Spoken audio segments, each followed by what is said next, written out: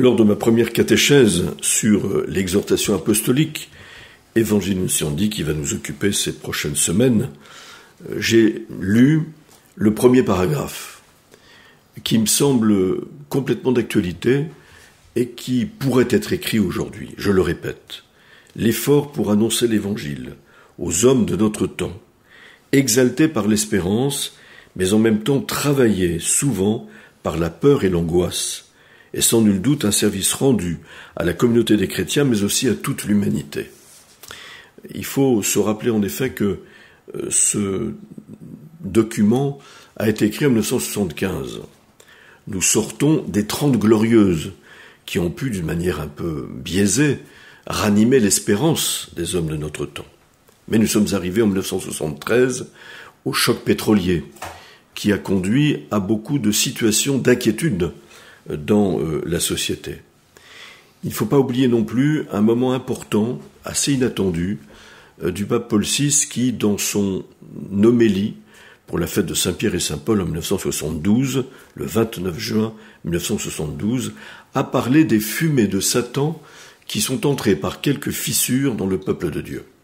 C'est dire que cette situation d'inquiétude ne traverse pas seulement la société tout entière, le monde, après le choc pétrolier, et donc qui met un terme à ces 30 glorieuses qui ont donné l'impression, après la Deuxième Guerre mondiale, d'une espèce de paradis terrestre retrouvé, pour certains d'ailleurs seulement.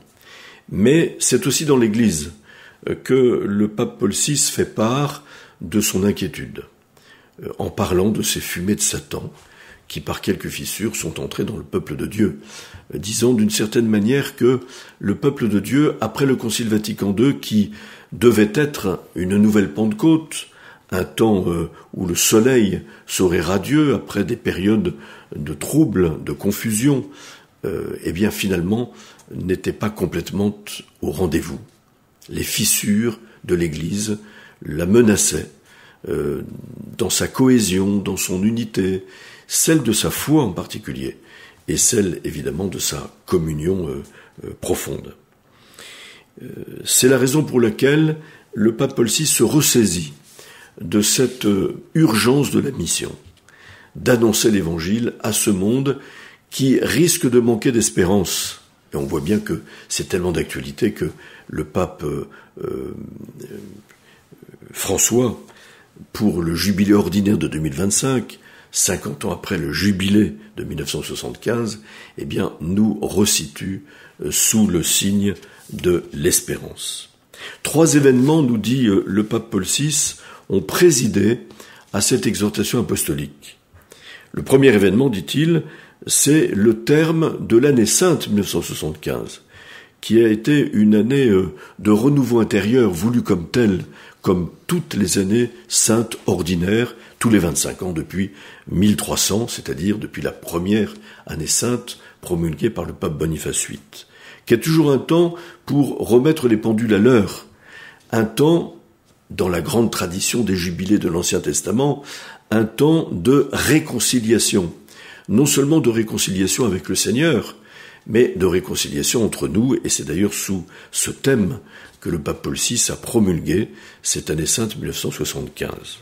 Il nous dit donc que c'est au terme de cette année sainte qu'il signe, le 8 décembre 1975, cette exhortation apostolique pour rappeler que l'office de l'Église, et au cours de l'année sainte en particulier, cela s'est vérifié, est vraiment de faire en sorte que le message de la bonne nouvelle de Jésus-Christ atteigne l'homme d'aujourd'hui et permette cette transformation, cette métanoïa, cette conversion qui est indiquée par les paroles de saint Paul. Revêtez l'homme nouveau ou laissez-vous réconcilier avec Dieu.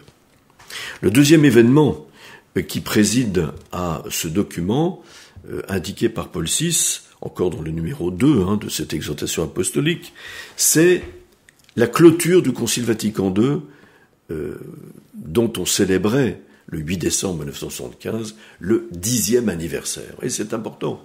Pourquoi ? Parce que précisément le pape Paul VI nous dit que les objectifs du Concile Vatican II peuvent se résumer en définitive, je lis son texte, en un seul. rendre l'Église du XXe siècle encore plus apte à annoncer l'Évangile à l'humanité du XXe siècle. Il faut vraiment comprendre que le Concile Vatican II est à l'origine d'un nouvel élan missionnaire qui traverse l'Église du XXe siècle finissant et du XXIe siècle commençant encore aujourd'hui. Voyez, le Concile Vatican II a imprimé à la vie de l'Église un élan missionnaire nouveau.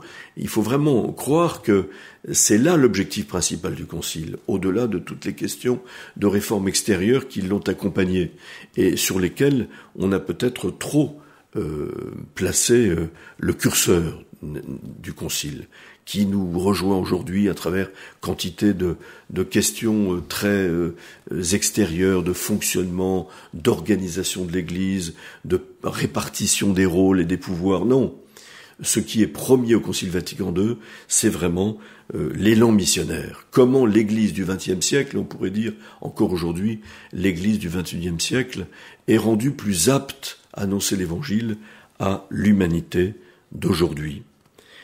Si je devais résumer les 4 grandes constitutions fondamentales du Concile, je dirais qu'on voit bien que la première, celle qui est centrale, c'est Lumen Gentium, la lumière des nations, qui est empruntée à l'oracle prophétique ou messianique d'Isaïe, qui concerne évidemment Israël, mais le véritable Israël qui est le Christ. Il est la lumière des nations. Il est la lumière qui est appelée à éclairer les nations, à travers l'annonce de l'Évangile, à travers la dispensation des sacrements, à travers tout le temps de l'Église, voyez-vous. L'Église est appelée à être, dans le Christ, évidemment, la lumière des nations. On a bien conscience que cette lumière, l'Église la reçoit d'un autre. Elle la reçoit précisément du Christ. Elle n'a pas sa lumière à elle-même. C'est le mystère de la lune, comme disent les pères de l'Église, la lune qui reflète la lumière du soleil pour nous éclairer la nuit sans nous éblouir. Cette lumière, l'Église la reçoit du Christ, présent dans sa parole, présent dans ses sacrements ou sa liturgie. C'est pourquoi on dira que les 2 constitutions qui sont source de la constitution centrale sur l'Église, c'est Dei Verbum, la révélation divine, dont la plénitude est précisément Jésus-Christ, et Sacrosanctum Concilium sur la Sainte Liturgie, où le Christ est présent à travers les sacrements que l'on célèbre dans la liturgie. Et enfin, cet élan missionnaire qui est fait pour donner la lumière de l'Évangile, donc du Christ aux nations, eh bien aboutit à cette grande constitution pastorale, Gaudium et Spes, sur l'Église dans le monde de ce temps. Vous voyez, où est l'Église? Si on mettait un trait d'union entre Lumen, la lumière, et Gentium, les nations, c'est-à-dire le monde, eh bien l'Église est dans le trait d'union. Elle est là seulement pour apporter l'Évangile au monde et d'une manière renouvelée en notre temps.